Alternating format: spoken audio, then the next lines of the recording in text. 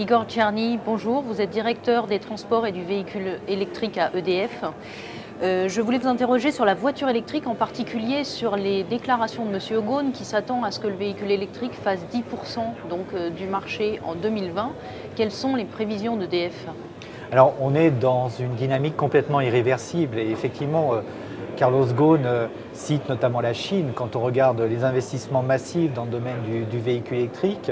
Nous les prévisions, et ce sont plutôt les prévisions du gouvernement, en France on prévoit à échéance de 2020 2 millions de véhicules électriques et hybrides rechargeables. D'accord. Et la part du véhicule 100% électrique? La part du véhicule électrique sera à peu près un tiers de 2 millions de véhicules. D'accord. Au niveau des infrastructures, ce qui a fait l'échec des précédentes générations de voitures électriques, on attend beaucoup de l'infrastructure, de la mise en place. Où en est-on? Alors d'abord je voudrais rappeler qu'un véhicule électrique, l'utilisation d'un véhicule électrique c'est un tout, c'est une batterie aussi. Une voiture électrique c'est une batterie, toujours une batterie et encore une batterie. Et là on a fait, par rapport à l'échec que vous évoquiez, d'énormes progrès dans le stockage d'énergie. Et c'est aussi une infrastructure. Et là, il faut voir comment on utilise le véhicule électrique.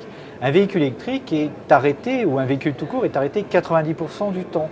Un véhicule électrique est utilisé à peu près 35 km par jour en France. Donc l'infrastructure la plus utilisée sera celle que vous aurez chez vous, à votre domicile, ou dans des parkings publics ou privés.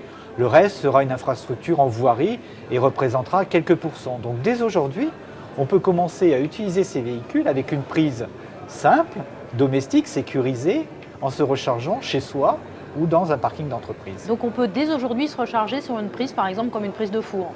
Avec l'électricité, vous avez une pompe à essence à la maison, ce qui est une vraie révolution dans l'utilisation du véhicule.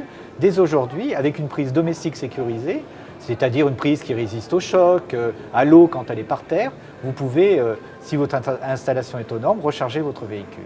D'accord. Et donc le système de recharge rapide qu'attend beaucoup le grand public, en fait, ne sera pas une évidence? On mène des expérimentations pour voir comment ces véhicules sont utilisés, où ils se rechargent, quand est-ce qu'ils se rechargent. Et pour donner un exemple, au Japon, on a testé la recharge rapide en installant une borne de recharge rapide par quartier de Tokyo, dans les 23 quartiers de Tokyo. Et on s'est rendu compte que les utilisateurs de véhicules électriques utilisaient plus leurs véhicules électriques, mais ne se rechargeaient pas sur les bornes de recharge rapide. Donc les bornes de recharge rapide seront essentiellement utilisées pour de la réassurance. C'est donc une nouvelle façon d'utiliser l'automobile? On est en train de vivre une révolution autour de la mobilité. On voit bien avec l'évolution de la communication, l'utilisation de la voiture de demain ne sera pas l'utilisation de la voiture d'aujourd'hui.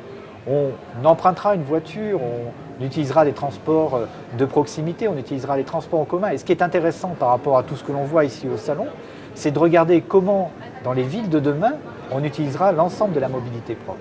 Igor Tcherny, je vous remercie. C'est moi qui vous remercie.